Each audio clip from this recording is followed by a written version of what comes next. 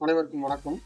சிலம்பத்தில் இப்போ நம்ம பார்க்கக்கூடியது தடுத்து பின்னிறங்குதலுக்கு உண்டான கால்பாடு முறை.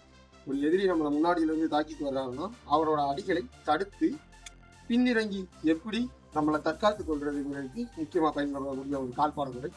இந்த கால்பாடு முறையை தாக்கி முன்னேறுதலுக்கு உண்டான பாம்பு வரிசை எண்கள்லேயே நம்ம ரிவர்ஸில் செய்ய போகிறோம். முன்னேறுதலுக்கு உண்டான ரிவர்ஸ் தான் நம்மளுக்கு தடுத்து பின்னிறங்குதலுக்கு உண்டான செய்யப்படுவது.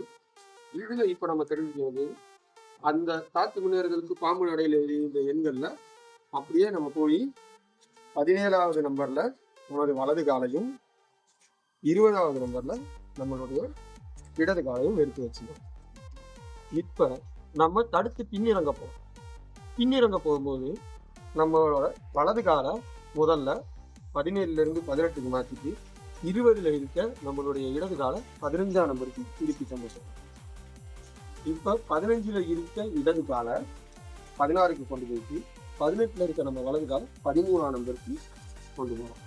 இந்த முழு திருக்கும் அரை திருப்பம் செய்யும்போது நம்மளுடைய கண் பார்வையானது எதிரியின் அடிகளை தடுக்கும் வண்ணம் இருக்குது. இப்போ 13ல் இருக்க நம்மளோட வலது கால் 14க்கும் 16ல் இருக்க நம்மளோட இடது கால் 11க்கும் போகுது.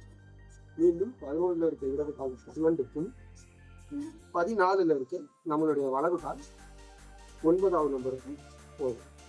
9ல் இருந்து 10, மீண்டும் 12ல் இருந்து 7, பிறகு 7ல் இருந்து 8, 10ல் இருந்து 5, 5ல் இருக்க வலது கால் 6, 8ல் இருக்க இடது கால் 3, மீண்டும் 3ல் இருக்க இடது கால் 4, 6ல் இருக்க வலது கால் 1வது திருப்பி 6 மணி நிலைக்கு போகணும். இதை நம்ம வேகமாக செய்ய போகிறோம். இப்போ 17ல் வலது கால் 20ல் இடது கால் வச்சுட்டு 1 2 1 2 1 2 1 2 நம்மளோட ஆரம்ப நிலைக்கு நம்ம வந்துடும். இந்த தடுத்து பின்னேறுதல் பாவனா முறையானது எதிரியோ அவனோட அடிகளையும் தடுப்பதற்கும் நம்மை தற்காத்து பின்னிறங்குவதற்கும் பயன்படக்கூடிய ஒரு முக்கியமான அடிமுறை.